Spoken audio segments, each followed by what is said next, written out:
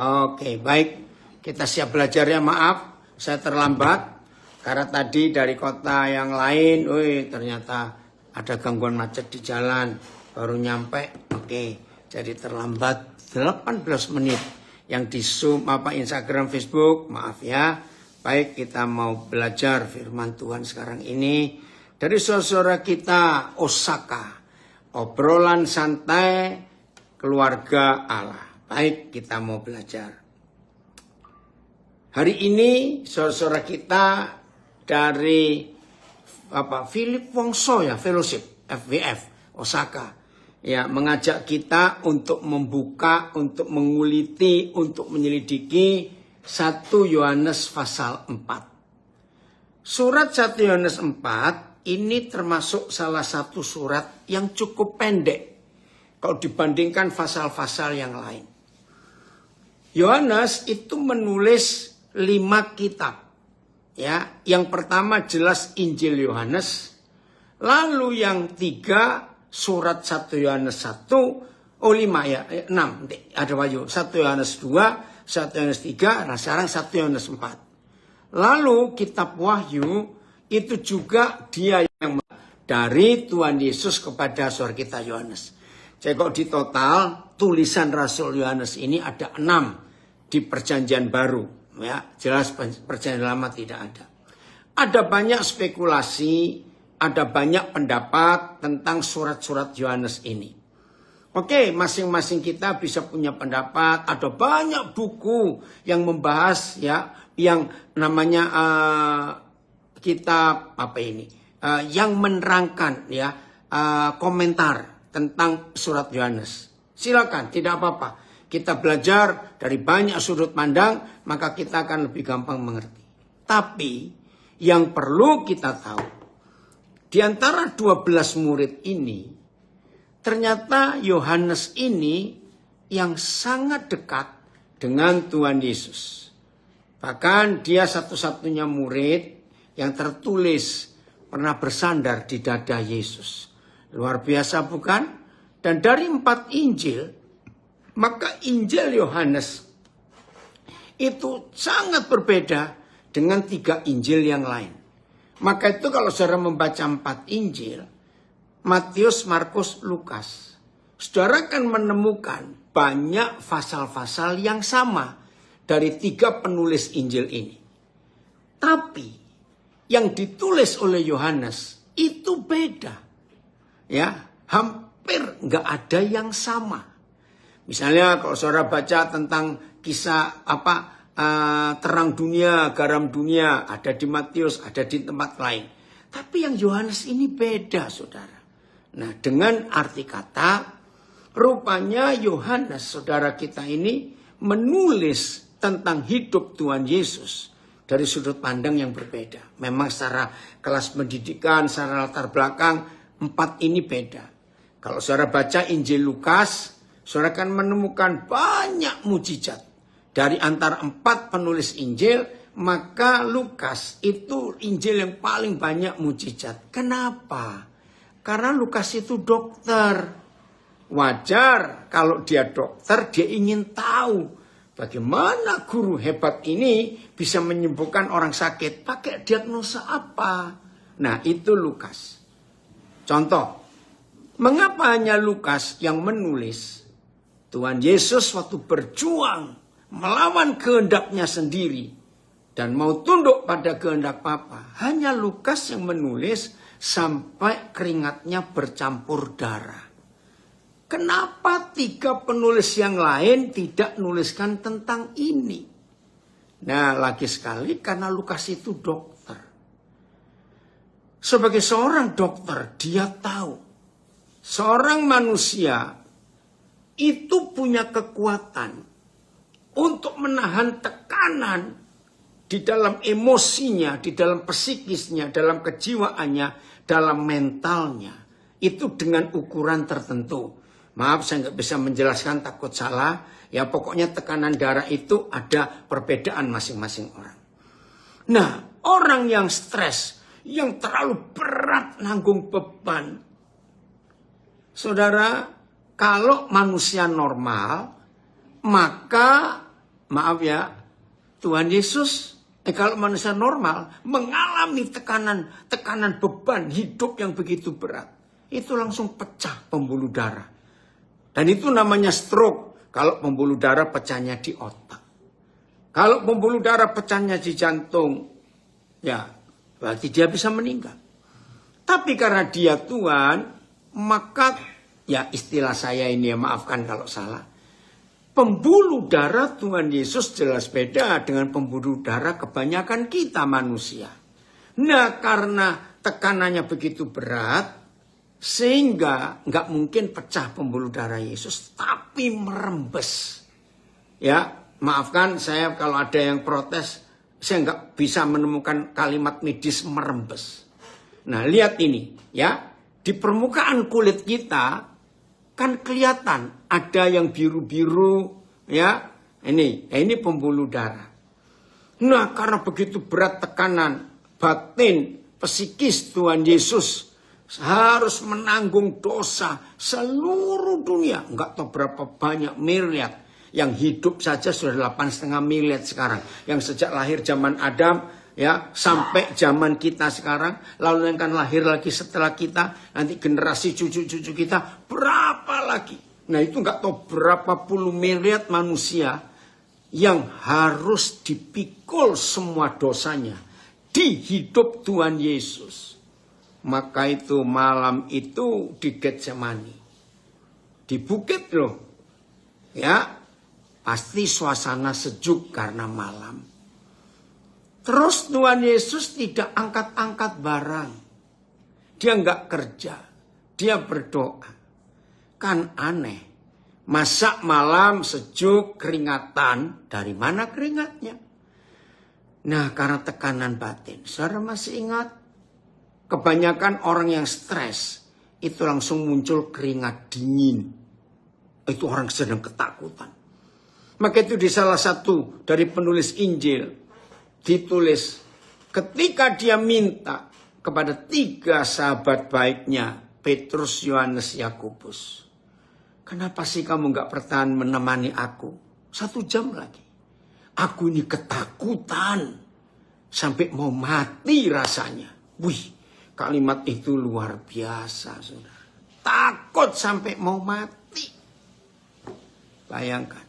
Nah, tekanan darah yang seperti itu merembes keluar dari pembuluh darahnya. Yang di audio, mengikuti audio bisa bayangkan ya. Di permukaan kulit kita ini ada kelihatan sekali jalur-jalur yang berwarna biru. Itulah pembuluh darah kita. Nah, itu Lukas. Jadi kalau saudara membaca 4 Injil, kita harus tahu latar belakang saudara kita ini, maka cara menulisnya itu berbeda. Maka itu masih ingat ada ilustrasi yang memang kurang baik, tapi cukup kita pelajari. Ya, suatu hari ada 4 orang dari 4 kebangsaan. 1 Amerika, 1 Jepang, satunya sebentar Jepang, Amerika, coba saya tulis satu. Pokoknya yang terakhir itu orang Indonesia. Nah, 4 orang ini melihat sebuah gedung berlantai sekian belas itu terbakar. Nah, ternyata mereka berempat itu punya konsep cara melihat yang berbeda-beda. Kalau orang Amerika langsung kemanusiaannya muncul. Ayo selamatkan, cepat. Ya, bagaimana cara mengurangi korban dari gedung yang terbakar. Kalau orang Jepang langsung melihatnya, wah ini teknisnya salah ini. Pasti apa penyemprotan airnya nggak betul atau kabel apa nggak tahu. Saya lupa satu bangsa itu apa ya, ini cuma ilustrasi. Lalu tiba bagi orang Indonesia.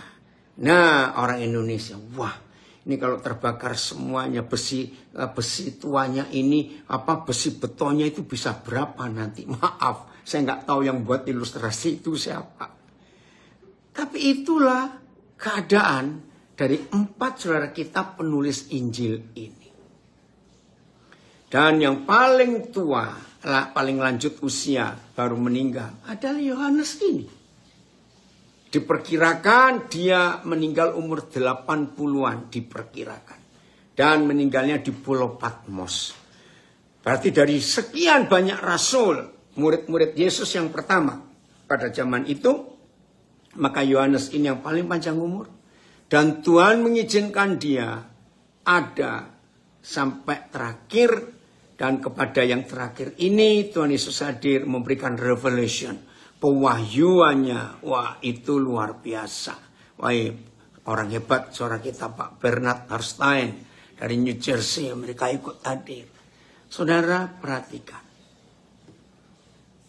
Bagaimana masing-masing penulis Injil ini menulis. Ya, ada yang komen di Instagram. Perspektif berbeda dari latar belakang pendidikan dan sosial. Betul. Contoh kecil. Rasul Paulus. Saudara lihat. Kenapa Tuhan memilih Rasul Paulus untuk menginjili orang-orang Yahudi yang mencar ke seluruh Asia? Catat ya, itu Paulus. Karena di antara rasul-rasul itu, yang berkewargaan Roma, istilahnya punya paspor negara Roma, itu cuma Paulus. Nah, seperti sekarang. Kalau tidak salah, hanya ada 5 paspor dari 5 negara yang paling kuat di dunia ini. Paspor nomor 1 itu Jepang, 2 Amerika, 3 Singapura, 4 kalau nggak salah, yang kelima nggak salah Korea Selatan. Nah, orang-orang yang punya paspor ini, Jepang, Amerika, Singapura, Korea Selatan, ada lagi satu ya, itu ke negara mana saja hampir nggak perlu visa. Karena penduduk warga negara-negara ini dipercaya nggak akan menjadi pengganggu ya di mana-mana. Nah, seringkali negara-negara itu takut kalau ada orang asing masuk lalu bikin repot negara itu. Minta uang, kerja semuanya itu, maaf ini. Nah, sebelum Jokowi, Indonesia ini paspornya sangat nggak dihargai. Selalu dicurigai. Tapi 10 tahun terakhir ini, wah cukup dihargai. Karena Indonesia sudah dipandang sebagai negara maju. Maka itu Indonesia masuk ke G20, Government 20. Kenapa? Karena Indonesia cukup maju. Nah, contoh saya yang banyak keliling ke banyak negara, itu merasa betul perbedaannya daripada sebelumnya. Aduh, sebelum itu kalau meriksa paspor Indonesia itu cukup lama, saudara. Maaf, karena banyak palsunya juga. Dan orang Indonesia, maaf, dikenal seringkali gelap di banyak negara. Maaf ya. Nah, tapi setelah 10 tahun ini beda. Maaf ya. Nah, Paulus itu satu-satunya murid, satu-satunya saudara kita di Perjanjian Baru yang paspornya itu paspor Roma. Dan zaman itu warga negara Roma bisa diterima. Boleh kata hampir semua negara. Nah, maka itu Tuhan Yesus pakai dia untuk mengeliling dataran Asia, menginjil di antara orang-orang Yahudi. Nah, salah satu bukti bahwa kitab Ibrani itu tulisan Paulus karena 3 hal yang menyebabkan Paulus berani menulis kitab Ibrani. 1, dia itu ahli Taurat yang termuda di zaman itu. Ya, ahli Taurat yang termuda. Bahkan ada satu tulisan, di antara mereka ada istilah Sanhedrin. Ya, di zaman itu Sanhedrin itu kelompok elit orang Yahudi. Sangat berwibawa, sangat disegani. Ya. Nah, Paulus ini anggota Sanhedrin yang termuda. Keren sekali. Maka itu dia bisa menulis kitab Ibrani karena dia tahu hukum Taurat itu menjelaskan tentang Tuhan Yesus. Maka itu Ibrani bisa menjabarkan antara Taurat dengan Tuhan Yesus. Dan yang ketiga, karena Paulus diurapi betul oleh Roh Kudus, sehingga dia bisa menggabungkan antara Musa, ya, Melkisedek, Tuhan Yesus, dan pekerjaan Roh Kudus yang jadi gereja. Oh, itu kitab Ibrani. Walaupun sampai hari ini masih ada beberapa teolog, beberapa pakar Alkitab yang tidak mengakui bahwa itu tulisan Paulus. Memang nggak ada tanda-tanda kalau itu ada tanda itu milik Paulus, ya. Karena hampir semua yang ditulis oleh Paulus ada kata salam terakhirnya dan ada nama dia. Tapi Ibrani tidak. Nah, yang keempat, saya meyakini itu tulisan Paulus karena gaya bahasanya. Kentara sekali gaya bahasanya itu. Nah, lihat aja contoh-contoh hari-hari terakhir ini menjelang pelantikan presiden terpilih. Waduh, kita lihat tokoh-tokoh tertentu loh. Ya, kalau kita mendengar nama seseorang, wah dia ngomongnya begini, kita tahu kalimatnya, kita tahu gaya bahasanya. Oh, tokoh ini, oh begini. Nah, kita tahu. Nah, itu yang keempat yang saya percaya, kitab Ibrani itu tulisan Paulus. Oke? Ini sedikit melihat gambaran bagaimana masing-masing penulis Injil ini. Nah, Yohanes ini luar biasa. Terima kasih Tuhan. Engkau memilih saudara kita ini. Begitu kalau saudara baca kitab Injil Yohanes, beda suasananya dengan 3 penulis yang lain. Baik, kita mulai. Pasalnya cuma 1, saudara.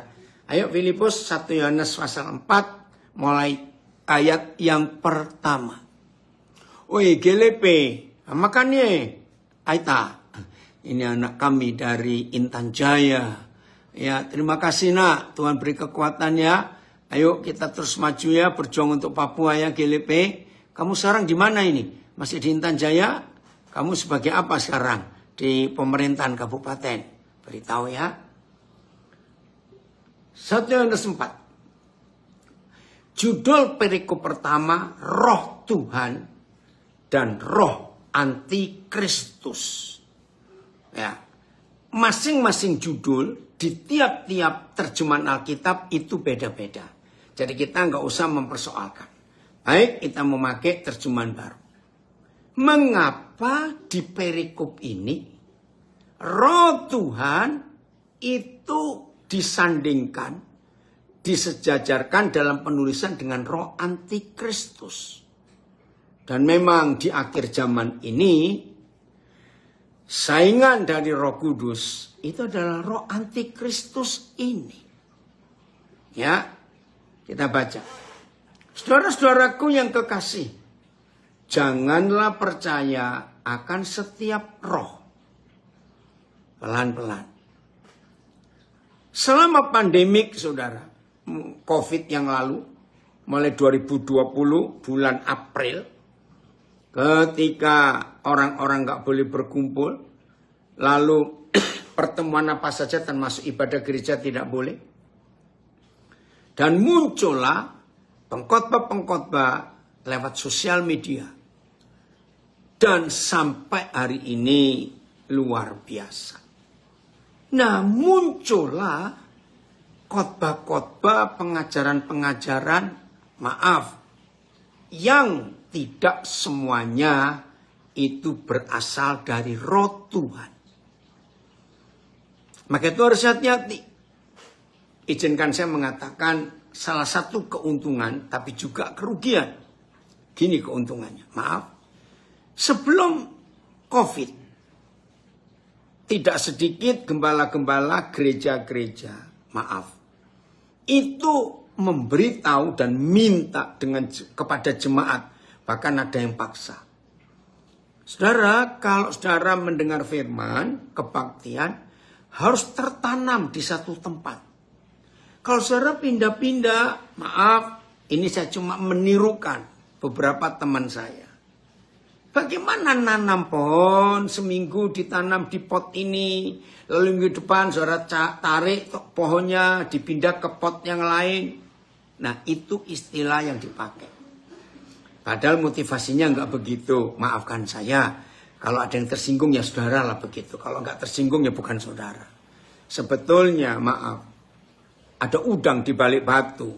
Maksud para gembala berkata seperti itu. Maksudnya supaya persembahannya nggak pindah ke gereja lain. Tetap di situ, maafkan saya. Maaf. Ya. Kalau yang tersinggung ya saudara lah orangnya. Maaf. Nah, setelah COVID merajalela. Jemaat-jemaat ini jadi pinter. Karena nggak bisa kebaktian di satu tempat. Semuanya di rumah. Dan hampir semua hamba Tuhan pakai sosial media. Ada YouTube, ada Zoom, ada Facebook, Instagram, dan jenis-jenis yang lain. Betul ya? Nah, disitulah tersebar, saudara. Jemaat, istilah saya nggak bisa dibohongin lagi oleh gembalanya. Karena jemaat sudah bisa milih mau kebaktian jam berapa, mau dengarkan siapa yang khotbah, mana gembalanya ngikutin terus. Nggak mungkin, bukan? Nah, maafkan saya. Tapi tolong, yang sangat rajin mengikuti khotbah-khotbah sosial media, buka lagi Filipus, perhatikan peringatan ini. Dan terbukti beberapa waktu terakhir ini makin kelihatan roh siapa yang ada di balik para pengkhotbah. Walaupun pakai Alkitab. Saya ulangi. Walaupun hamba-hamba tentu khotbah pakai Alkitab. Tapi menurut 1 Yohanes 4. Kita semua harus menguji. Saya ulangi lagi kalimat pertama dan kedua. 1 Yohanes 4 ayat 1. Saudara-saudaraku yang kekasih, janganlah percaya akan setiap roh, tetapi ujilah roh-roh itu. Tes, uji. Saudara, dalam dunia bisnis kita tahu, banyak toh barang palsu, banyak sekali. Istilahnya KW1, KW2 atau apa saja. Nah, ini dia, ada yang komen. Ada hamba Tuhan di balik papan pamer dapat duit TikTok 10.000 US dollar. Ya boleh aja dapat duit. Tapi untuk apa? Oh, ada lagi. Wih, dari Medan ini seorang gembala ini yang komen bagus. Takut jemaatnya hilang. Pintar-pintar gembala saja bilang bertumbuh di gereja lokal. Bahkan ada gembala berkata, sebentar. Jangan ada pencampuran dengan pengajaran lain. Ini pintar-pintar pendeta saja. Wih, berani sekali ini Pak Gembala ini ngomong seperti itu. Betul, saudara. Oke, saya ulangi ya. Saudara-saudara yang kekasih. Janganlah percaya akan setiap roh. Tetapi ujilah roh-roh itu. Apakah mereka berasal dari Bapa di surga, dari Tuhan? Sebab banyak nabi-nabi palsu yang telah muncul dan pergi ke seluruh dunia.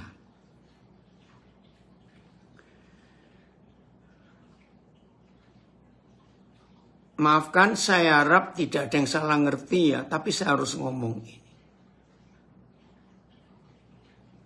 20 tahun terakhir ini, saudara. Maaf ya, maaf. Dari Korea Selatan, itu paling banyak keluar pengajar-pengajar palsu, nabi-nabi palsu itu. Saya nggak tahu kenapa. Ada apa ini dengan Korea Selatan? Maaf ya.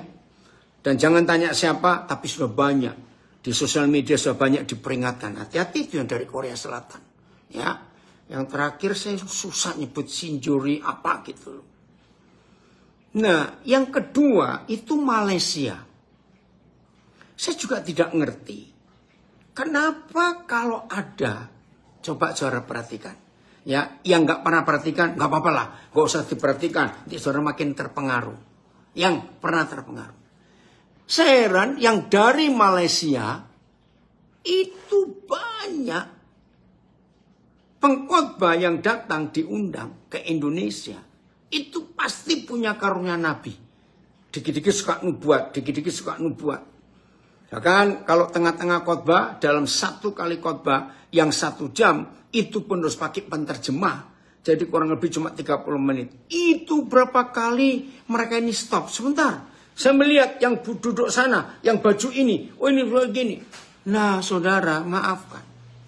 Ternyata kita orang Indonesia ini paling suka yang kelenik-kelenik seperti itu. Maaf loh. Sedih nggak? malas cari Tuhan sendiri, sehingga sangat berharap kalau ada hamba Tuhan, kebaktian, ya kebanyakan luar negeri. Kalau dalam negeri nggak laku, nggak tahu kenapa. Ya mungkin takut yang sudah kenal kali ya, oke terserah. Nah tapi yang dari Malaysia ini loh saudara, rata-rata yang disebut hamba Tuhan dari Malaysia pasti nabi dan bernubuat. Ini yang menyedihkan sekali.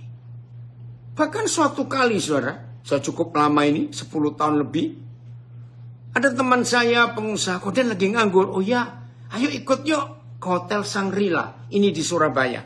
Ya, ada apa? Oh ada hamba Tuhan. Oh ya saya senang dong, saya mau belajar. Nah dari Malaysia. Terus begitu kami masuk, ada yang tanya, saya lupa istilahnya. Saudara misalnya, yang warna apa dapat undangannya? Oh warna ini. Oh kalau warna ini di meja kedua. Loh saya tanya, kok pakai meja? Ini mau KKR mau apa? Terus teman saya itu bilang, enggak kok Den. Hamba Tuhan ini sudah matok. Ya, yang duduk semeja dengan dia harus menyiapkan uang dalam amplop. Saudara enggak main-main loh. Puluhan juta. Hah? Saya kaget. Lah terus kamu kok dapat nomor 2? Lah habis saya enggak punya uang. Saya cuma ngasih sekian juta. Buat saya itu juga besar. Terus saya bilang, maaf ya, Koden gak tertarik. Dan juga saya kan gak bawa duit. Lah kan saya nggak lucu kalau duduk di meja kedua dengan dia. Misalnya pun dia bayari saya bilang berarti kamu bayar double. Ya duduk aja semeja dengan dia. Maaf loh, saudara ngerti nggak maksud saya? Saya terus pulang. Ini orang Jawa bilang lenger-lenger. Apa lenger-lenger bahasa Indonesianya ya? Bengong. Loh kok bisa begitu? Ini loh roh akhir zaman. Awas. Kalau di gereja saudara kemasukan hamba Tuhan seperti ini. Lalu biasanya di brosur-brosur, flyer selebarannya itu ada kalimat begini.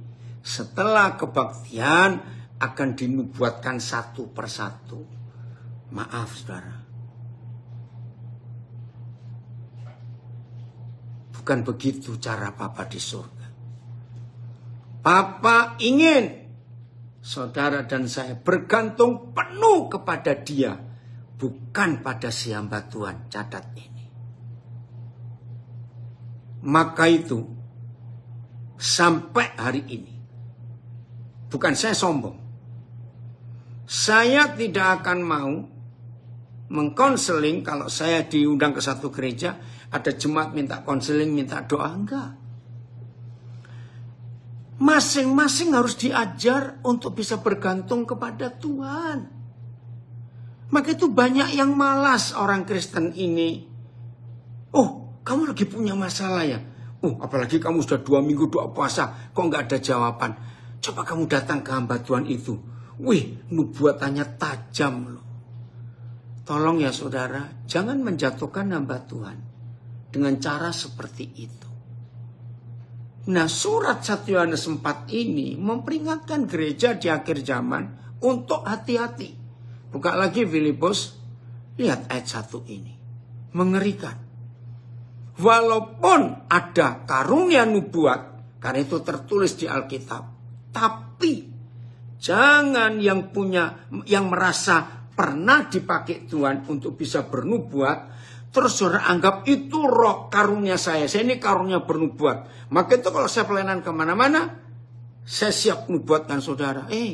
Kalau Tuhan gak suruh bernubuat, akhirnya jadi ku buat dan lu buat. Maaf itu ya, jangan tersinggung ini. Jadi gak begitu.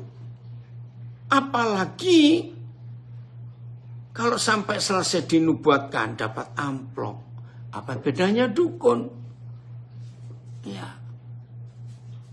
Oh ini cucu saya. Kayak yakin Tuhan Yesus, karena Tuhan Yesus punya. Oh iya betul. Jadi gak usah pakai yang lain ya Rondi. Itu dia. Wah luar biasa. Oh, jadi ampuni mereka ya. Ini cucu saya. Saya ulangi lagi satu. Saudara-saudara yang kekasih, janganlah percayakan setiap roh, tetapi ujilah roh-roh itu, apakah mereka berasal dari Tuhan? Sebab banyak nabi-nabi palsu yang telah muncul dan pergi ke seluruh dunia. Nah, sekarang sudah terjadi. Jadi gini, salah satu cara menguji hamba Tuhan itu, membawa saudara ke arah Dia atau ke arah Tuhan Yesus. Kalau sampai dikit-dikit ke arah Dia, saudara cepat pergi. Itu roh nabi palsu. Maka itu saya nggak mau konseling. Saya bilang begini, saudara harus dilayani oleh gembala saudara, bukan pendeta khotbah, pendeta tamu. Nggak bisa. Sebab kalau saya konseling hanya sekali itu saja, padahal masalah itu kan harus diselesaikan. Bisa berapa saat. Nah itu harus gembala. Jadi saya nggak mau. Maafkan saya. Ayat 2. Demikianlah kita mengenal roh Tuhan. Ya, kita kenal roh Tuhan itu. Apa? Setiap roh yang mengaku bahwa Yesus Kristus telah datang sebagai manusia berasal dari Tuhan. Betul. Berasal dari Tuhan. Dan setiap roh yang tidak mengaku Yesus tidak berasal dari Tuhan, roh itu adalah roh antikristus. Nah, jelas toh? Nah, apa artinya? Ya, coba terjemahan yang lain ayat 2-nya. TSI-nya langsung Filipus. Ayat 2. Ya.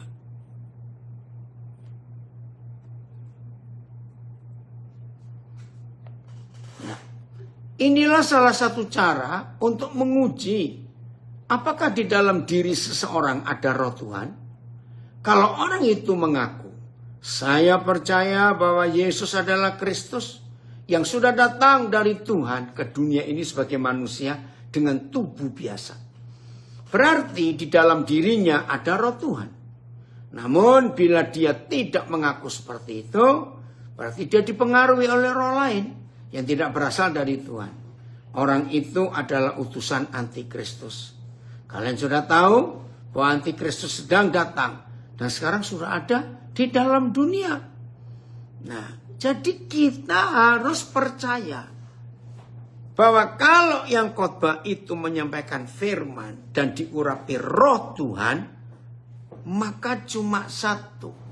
Bahwa hamba Tuhan itu mengaku bahwa Yesus Kristus itu sudah datang dari Tuhan, dari Bapa di surga, ke dalam dunia sebagai manusia dengan tubuh biasa. Karena saudara banyak penyesatan. Dan Paulus pernah menulis di Galatia, aku sedih karena kamu menerima Injil yang lain yang diberitakan. Ternyata Yesus bukan Tuhan dan bukan dari Tuhan. Oh, macam-macam itu, hati-hati. Yang kedua, ada penyesatan. Saya ini wakilnya Tuhan Yesus. Tuhan mengutus saya. Itu lebih gampang untuk diketahui. Enggak. Kalau saudara masih ingat, Tuhan Yesus pernah menyampaikan itu di Matius 24. Hati-hati ya.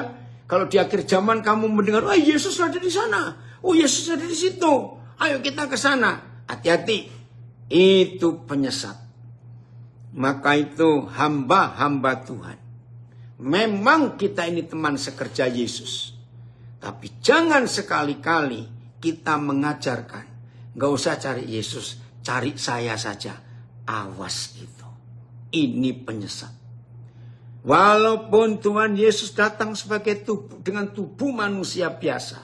Tapi saudara dan saya tidak bisa mengalihkan orang-orang yang mencari Yesus, ya, untuk cari saya saja. Hati-hati. Walaupun Paulus pernah berkata, ikutilah teladanku, seperti aku telah mengikuti teladan Kristus.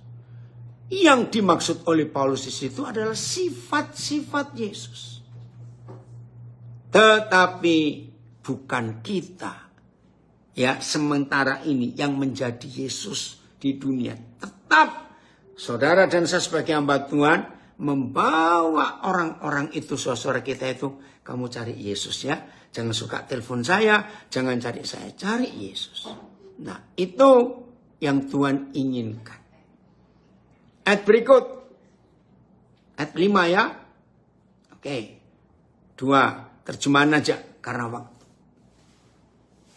Ayat 4 atau 5? Maaf. Amin. Makasih nak, ini anak saya dari Surabaya, Daniel Putra. Kemuliaan hanya bagi dia saja. Betul. Puji Tuhan untuk itu. Ya. Makasih Tuhan. Oke. Woi, hamba Tuhan hebat. Pak Pramono. Ikut. Udah.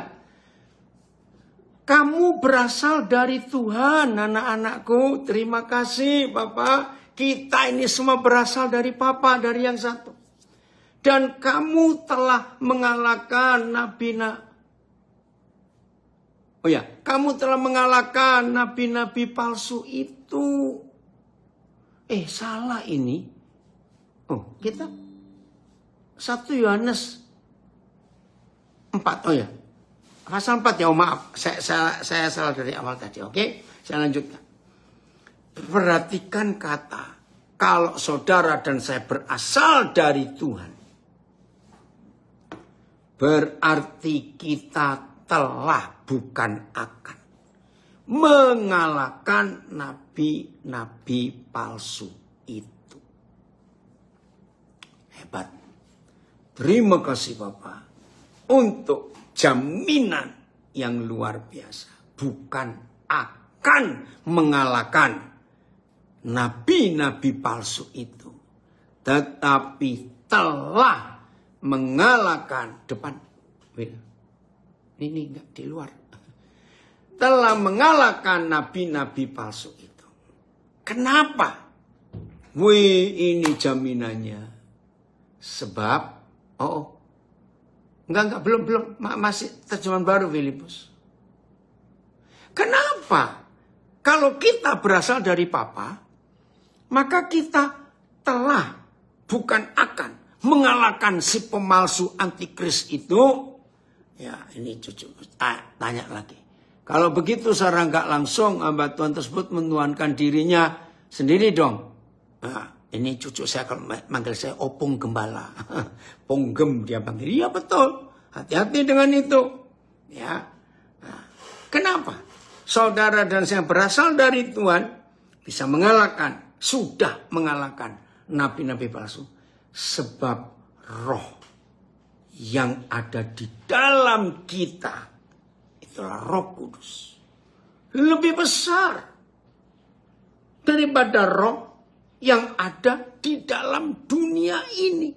Wah, luar biasa ini. Terima kasih Bapak. Nah ini, tadi saya sudah katakan, ketika banyak kepalsuan dan barang-barang palsu ya di dunia ini, sebetulnya kita nggak perlu mengalami kesulitan untuk membedakan mana yang palsu dan mana yang asli. Hanya dengan satu cara saja. Kalau kita mengenali betul produk yang asli, saya ulangi, kalau kita mengenali betul produk yang asli, pasti kita bisa tahu, oh ini palsu.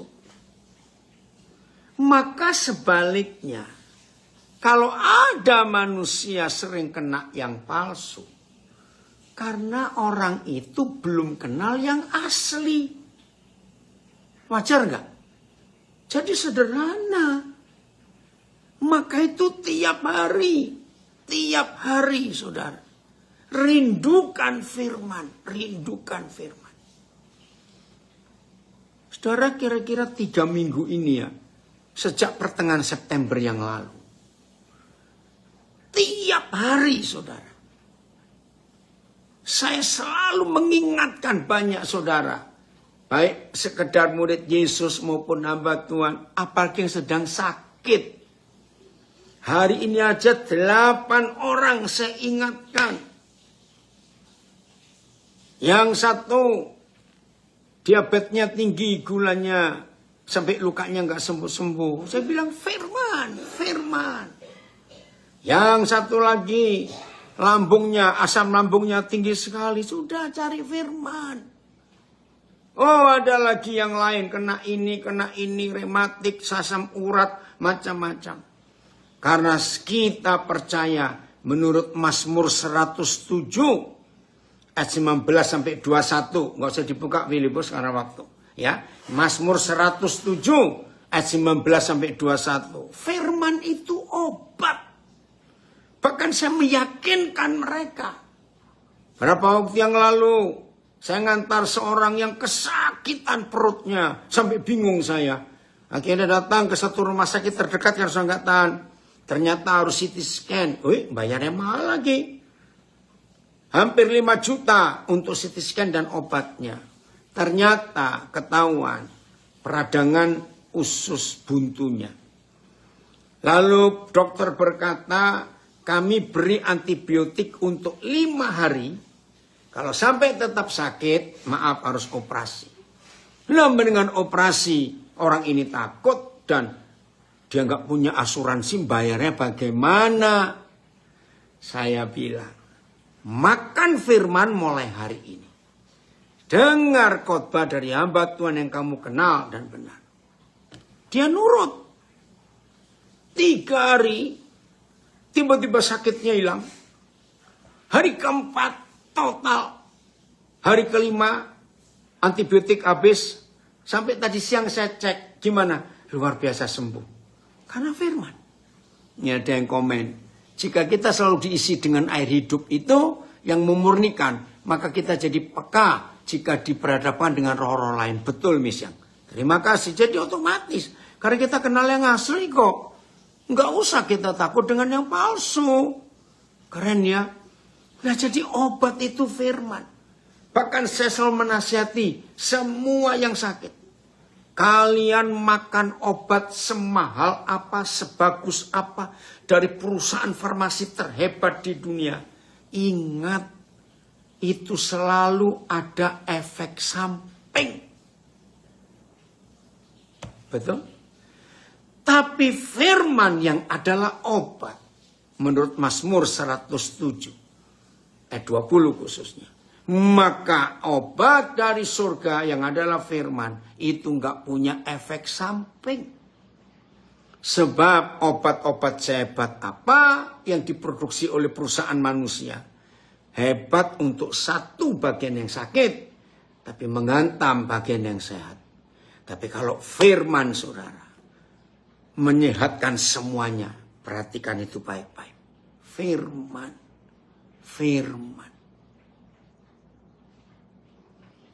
Izinkan saya memberi kesaksian. Dan ini semua orang heran.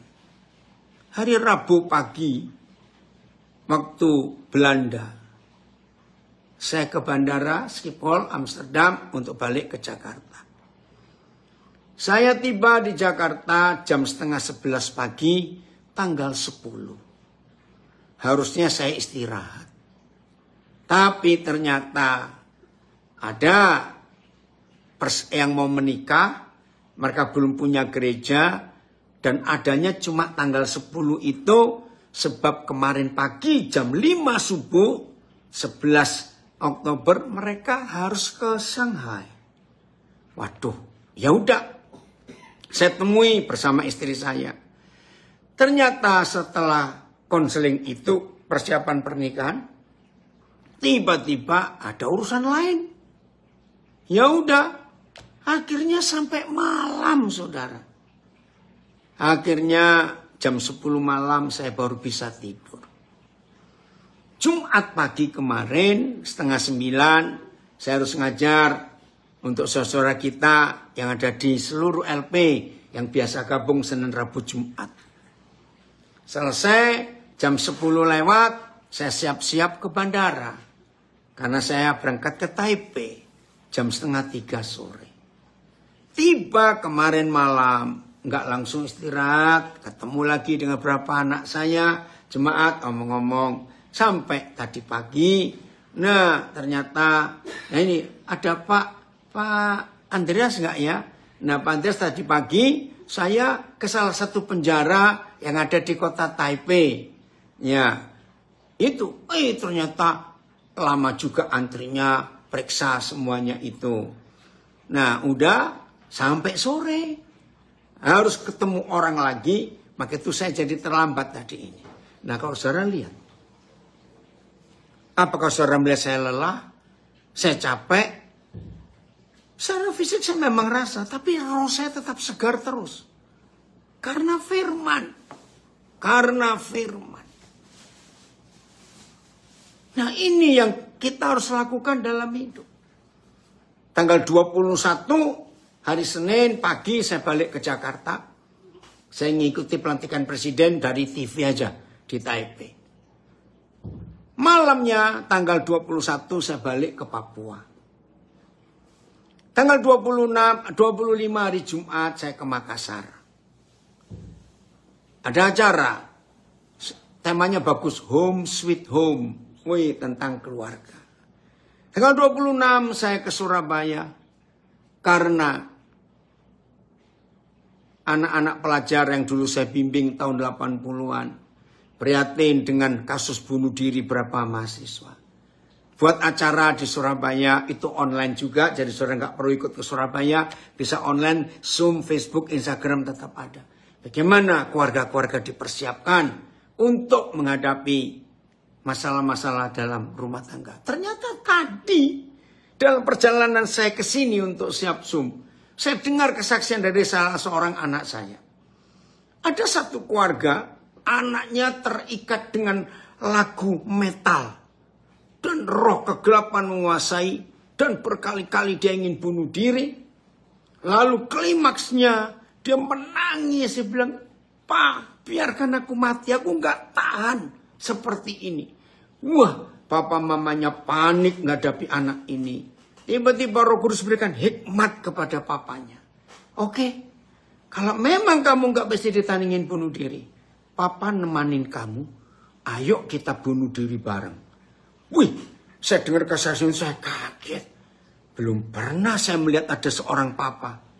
Suara tiba-tiba anak ini sadar. Nah kalau papa mati nanti bagaimana mama? Bagaimana adikku?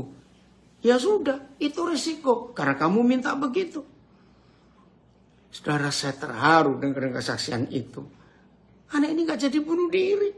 Maka malah sekarang kerjaannya sukses. Wah, saya berkata, papi dapat ilmu baru ini untuk menolong banyak keluarga. Nah itu tanggal 26 di Surabaya. 27 pelayanan itu minggu di Surabaya.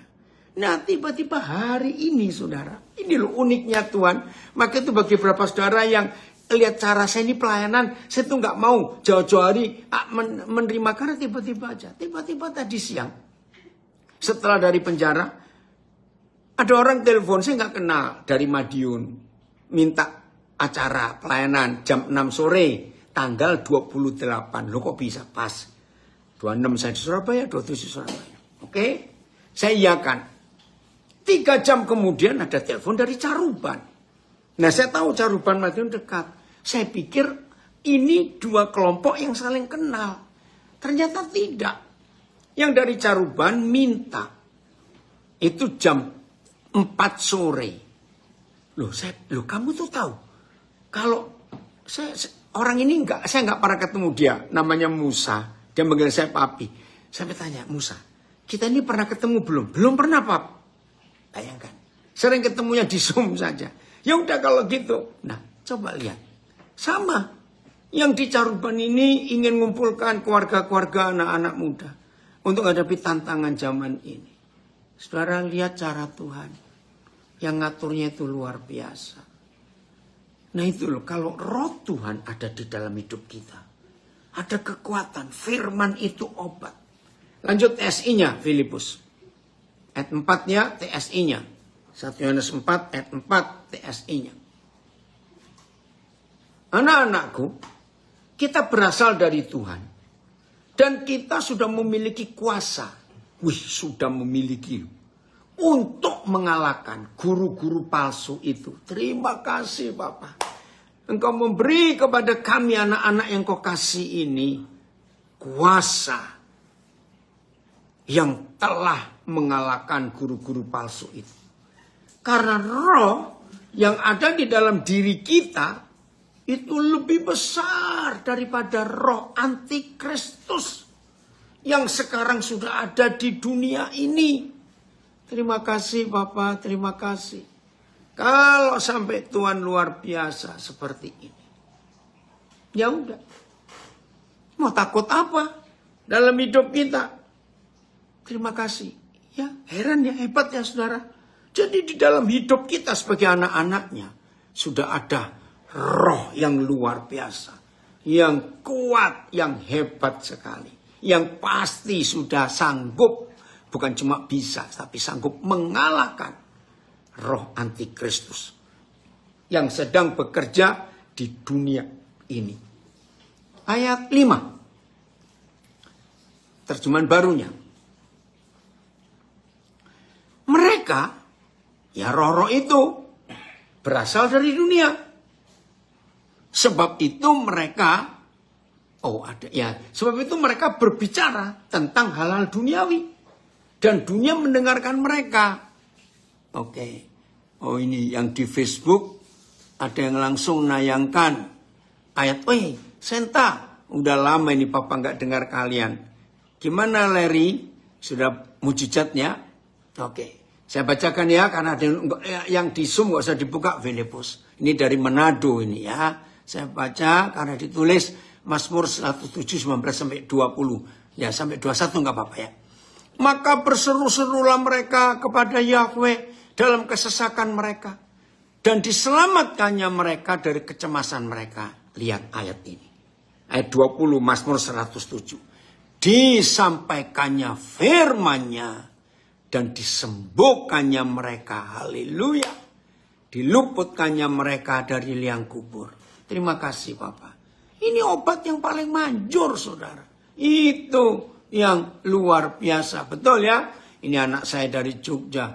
Manusia blow on itu hidup tergantung ya dengan macam-macam yang buat manusia. Jangan. Oke, kita bergantung kepada Tuhan. Oke. Mereka berarti bukan kita ya. Berasal dari dunia. Sebab itu mereka berbicara tentang hal-hal duniawi. Dan dunia mendengarkan mereka. Saudara, saya mau katakan kalimat ini. Tolong rekan-rekan saya para pengkhotbah hamba Tuhan, pembicara KKR, seminar, retreat, hati-hati. Salah satu penyelewengan yang iblis buat, salah satu. Dengan menjadikan tidak sedikit hamba-hamba Tuhan sekarang ini, walaupun khotbahnya pakai Alkitab, tapi mereka tidak hidup dalam kebenaran Alkitab, tapi mereka menjadi pembicara motivasi. Tahu istilah motivator speaker? Aduh, kasihan betul. Nah itu dari dunia. Dan herannya, banyak orang yang suka khotbah-khotbah yang walaupun pakai Alkitab, tapi mereka berbicara tentang hal-hal duniawi. Contoh yang paling banyak, saudara percayalah pada firman, beri perpuluhan, nanti saudara kaya, saudara sukses. Nah itu hal-hal duniawi. Dan dunia mendengarkan mereka. TSI-nya Filipus. Ini ada seorang sutradara film nulis. There's a war going on. Sedang terjadi perang sekarang ini. The battlefields in the mind. Dan medan perangnya ada di otak kita. Di pikiran kita. And the prize is the soul. Dan pemenangnya. Dari peperangan akhir zaman yang ada di pikiran. Pemenangnya adalah merampas jiwa-jiwa orang. The moment you open your eyes. Ketika saudara buka mata saudara. And the first thing you do is check your phone. Oh ya, betul. Maka hal yang pertama, cek handphone saudara. Maka you have already lost. Betul. Saudara, salah satu penyebab angka bunuh diri meningkat. Itu lewat HP. Coba perhatikan. Lewat HP orang bunuh diri banyak. Satu, di HP itu ada banyak konten. Cara mati yang mudah, cara menyelesaikan masalah, putus asa, ya, judi online, pinjaman online itu banyak membunuh orang. Terima kasih nak, kamu nulis ini, kata-kata bagus sekali. Phil bisa ngambil nggak dari Instagram Papi ini, masukkan ke Zoom dan masukkan ke Facebook. Terima kasih nak, kamu nulis ini. Saya baca lagi ya. There's a war going on. Sedang berlangsung perang. The battlefields in the mind. Dan medan perangnya ada di pikiran.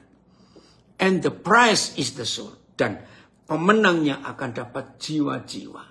Ya, merebut jiwa itu ke neraka. The moment you open your eyes, begitu engkau buka matamu, dan yang pertama, itu bangun tidur pagi maksudnya, dan yang pertama engkau buka HP-mu, berarti kamu sudah kalah. Awas, yang pakai istilah lu, karena saya mau baca Alkitab saya di HP. Awas kamu pakai istilah itu. Oke, dari Zoom ada yang nulis, dari Nabire ini. Apakah ini termasuk gereja yang sibuk dengan urusan dunia itu, gedung dan segala fasilitas peribadatan yang menyenangkan tapi tidak membawa pengenalan pada Tuhan? Jelas. Kalau gembala gereja dari minggu ke minggu berita firman dibumbui, saudara, mari kita beri persembahan, kita mau renovasi AC kita supaya lebih dingin, LED kita lampunya ini supaya lebih bagus, kita ganti kursi supaya lebih enak. Wah, kita perlu alat musik baru, padahal masih bagus. Sound system kita sudah tua, nggak enak, maaf ya saudara. Bukan berarti nggak boleh ganti. Tapi kalau zaman susah seperti ini, jemaat dimintain uang terus. Terima kasih untuk yang nulis ini. Maka itu hati-hati. Para pemimpin. Nah, tadi pagi di salah satu grup saya membahas. Kenapa yang bunuh diri terakhir mahasiswa itu anak hamba Tuhan. Dan papanya ini waktu dia masih SMA dulu saya bimbing. Dan sudah viral di sosial media. Papa dan mamanya si Rafael yang meninggal ini terbuka. Aduh, saya ikut dengar itu, ikut nangis. Nah, saya bilang dalam grup saya, salah satu grup saya tadi pagi. Ketika gereja memberi kesibukan aktivisnya, Minggu seharian, Senin doa jemaat, Selasa latihan musik, Rabu komsel, Kamis pertemuan apa, Jumat persiapan ini, Sabtu apalagi, terus Minggu. Jadi tanggung jawab di rumah nggak ada. Tesinya ayat 5 Filipus. Ayo kita lihat ini. Maka kita harus hati-hati dalam hidup ini. Dari Medan komen lagi. Biar kami semua memiliki ketergantungan akan firman. Kecanduan firman Tuhan. Sehingga tubuh ini menjadi selalu sehat dan segar. Amin. Nah, betul. Itu luar biasa. Ya, maka itu kita harus ikut mentaati. Guru-guru palsu itu berasal dari dunia ini. Saya ulangi. Guru-guru palsu itu berasal dari dunia ini. Walaupun ngajarnya pakai Alkitab. Tapi ada penyelewengan. Itulah sebabnya. Ajaran mereka sesuai dengan pikiran orang duniawi. Jadi jelas cara kita membedakan mana roh Tuhan yang benar dan mana roh antikris.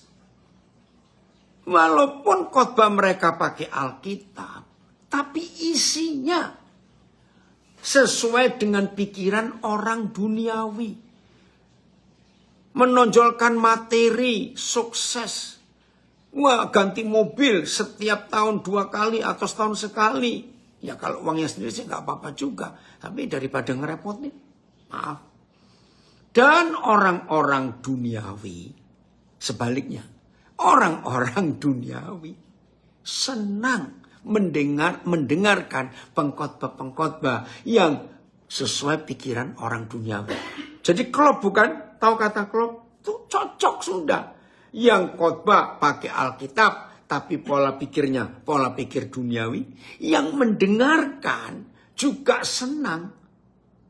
Kalau yang bicara cocok dengan pikiran mereka, yang duniawi juga.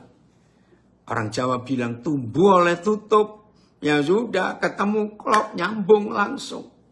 Ampuni kami Tuhan. BS, nabi-nabi palsu itu berbicara tentang hal-hal dunia. Dan mereka, dan dunia mendengar perkataan mereka. Sebab, ini lebih jelas. Sebab mereka, baik si pengkhotbah maupun yang mendengar, milik dunia. Istilah yang sering kita pakai kalau fisika, satu frekuensi. Ya pasti nyambung. Maka itu kalau saudara dan saya penuh dengan roh Tuhan, mendengar khotbah yang dengan pola pikir dunia hanya seperti memberi motivasi saja, kita gelisah loh saudara, kita nggak enak. Tapi yang pikirannya duniawi, senang, dan gereja mereka ramai luar biasa. Ampuni kami. Coba lihat VMD-nya dengan FIH-nya.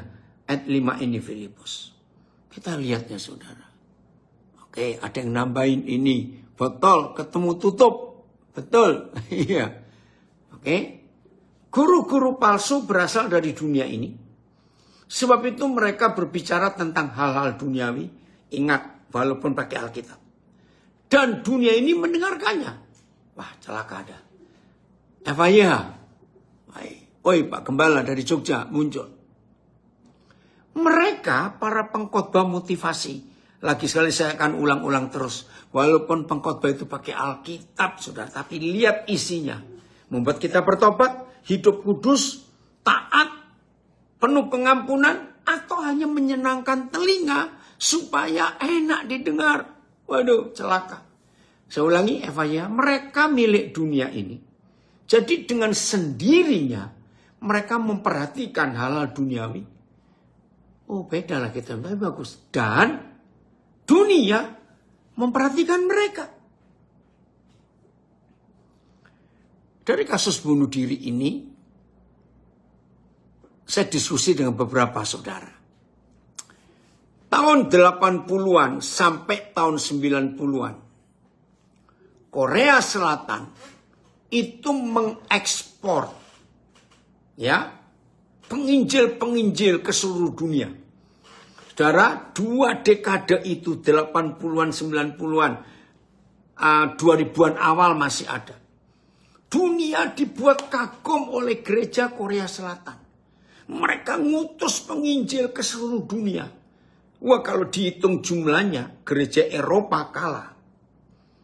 Dari Korea Selatan, saudara, muncul gerakan doa malam, doa puasa, bukit doa, merajalela di Indonesia bahkan seluruh dunia. Masih ingat ya? Dari Korea Selatan, gereja mengekspor, pemuritan gereja sel, itu mulai dari situ. Saudara, ngeri sekali. Oh, ada yang nulis lagi nih di Zoom ya saya. Medan perang berawal dalam pikiran kita sendiri.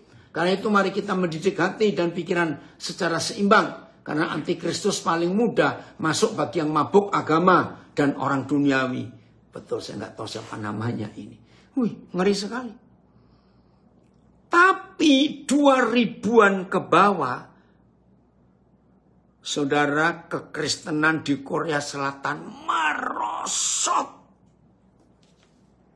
Nggak kedengaran lagi hebatnya pengaruh gereja. Yang muncul K-pop, Korea pop. Muncul drama Korea. Dan yang diekspor ke dunia adalah kecantikan, kecakapan palsu, kegantengan palsu karena operasi. Dan hasilnya, anak-anak muda nggak puas dengan dirinya.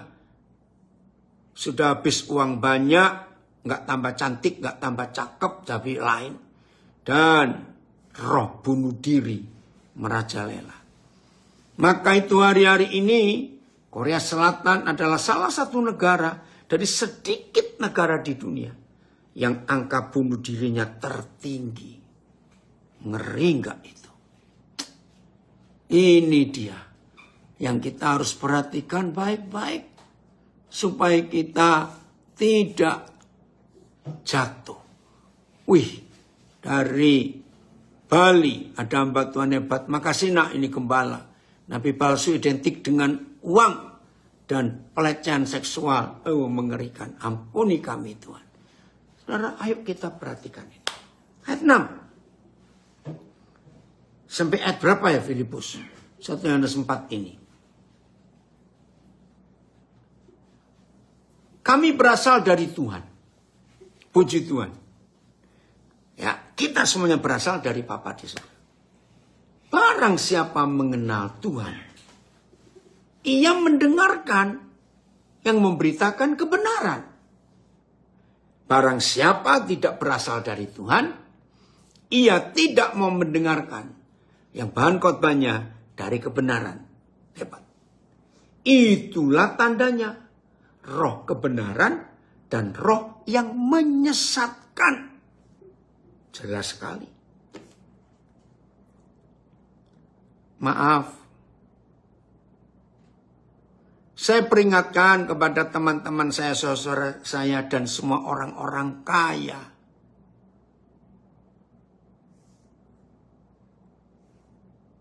Saudara cek di gereja saudara khotbahnya bagaimana. 3 bulan yang lalu saudara, tiba-tiba ada seorang yang saya kenal, cukup sukses. Wah sudahlah, pokoknya kaya sekali. Tiba-tiba istrinya telepon. Koden tahu nggak? Kami sudah pindah gereja. Loh, tadinya mereka di gereja, gembalanya teman baik saya. Gerejanya nggak mewah, ya tapi sudah ada AC bagus. Loh kenapa? Akhirnya saya tanya, kalian ke gereja mana? Disebut gereja A. Begini yang muncul saudara. Saya kaget. Kata suami saya, rasanya kita nggak cocok di gereja ini. Karena kumpulan kita bukan orang-orang yang selevel kita. Dan memang saya tahu gereja yang mereka pindah ini gereja kaya betul. Dan hobi mereka kalau liburan itu sekian belas keluarga. Ke Jepang, ke Amerika.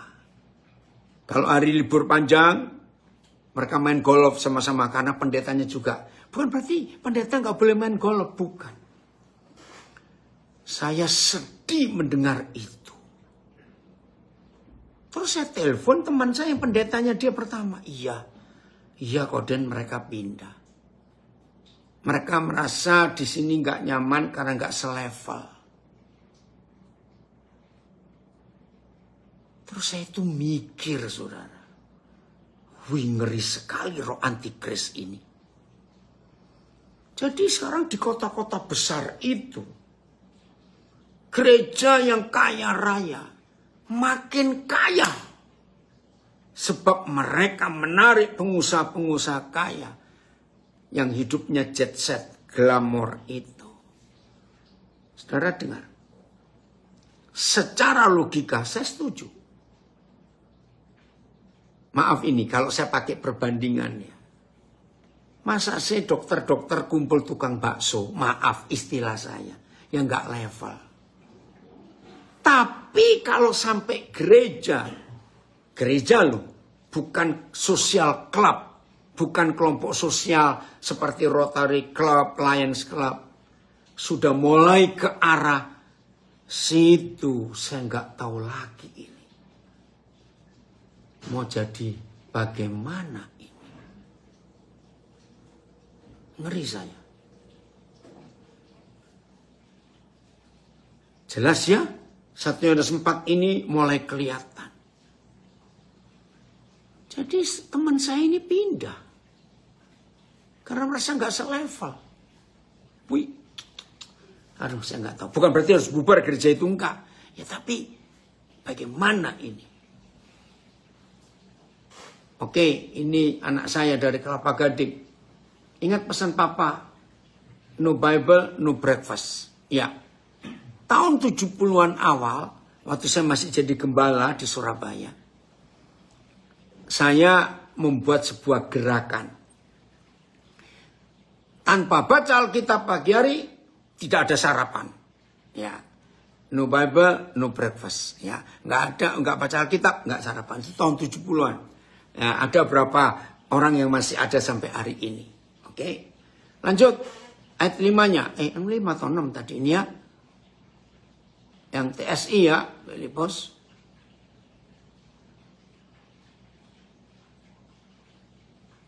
Ya. Sebaliknya, kita adalah milik Tuhan. Yang mendengarkan kita hanyalah orang-orang yang mengenal Tuhan. Sedangkan mereka yang bukan milik Tuhan tidak mendengarkan ajaran benar dari para pengkhotbah yang menyampaikan kebenaran.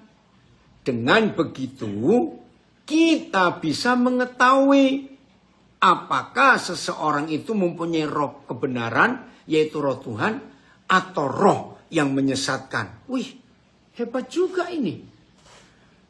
Saudara perhatikan, hati-hati. Coba BIS-nya, Filipus. Masih ayat 6, wah ini sudah 1 jam lewat. Ya, jadi Bu Kristina, rasanya nggak bisa selesai satu pasal ini ya, satu perikop ini saja.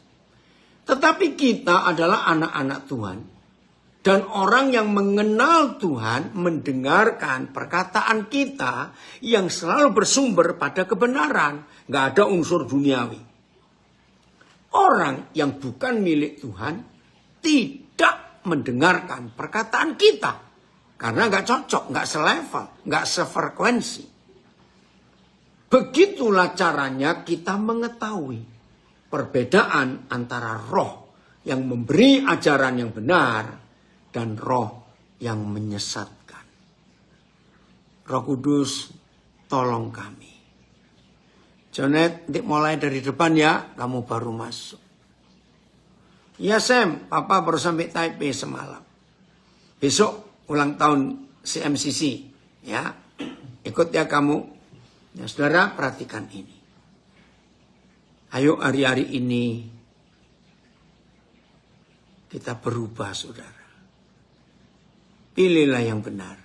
Walaupun tidak enak. Walaupun menyakitkan. Karena kebenaran itu pasti pahit. Motivasi, pembicara motivasi, motivator speaker, pikiran duniawi itu pasti enak-enak, manis-manis. Roh Kudus menolong kita. Selalu bergantung pada Roh Kudus. Selalu bergantung. Nanti dia akan membawa kita pada kebenaran. Jadi untuk 1 Yohanes 4 eksposisi ini waktunya habis. Jadi cukup sampai perikop pertama dulu. Saya nggak tahu nanti terserah Osaka bagaimana. Ya, oke. Tuhan Yesus memberkati kita semuanya. Saya kembalikan kepada host.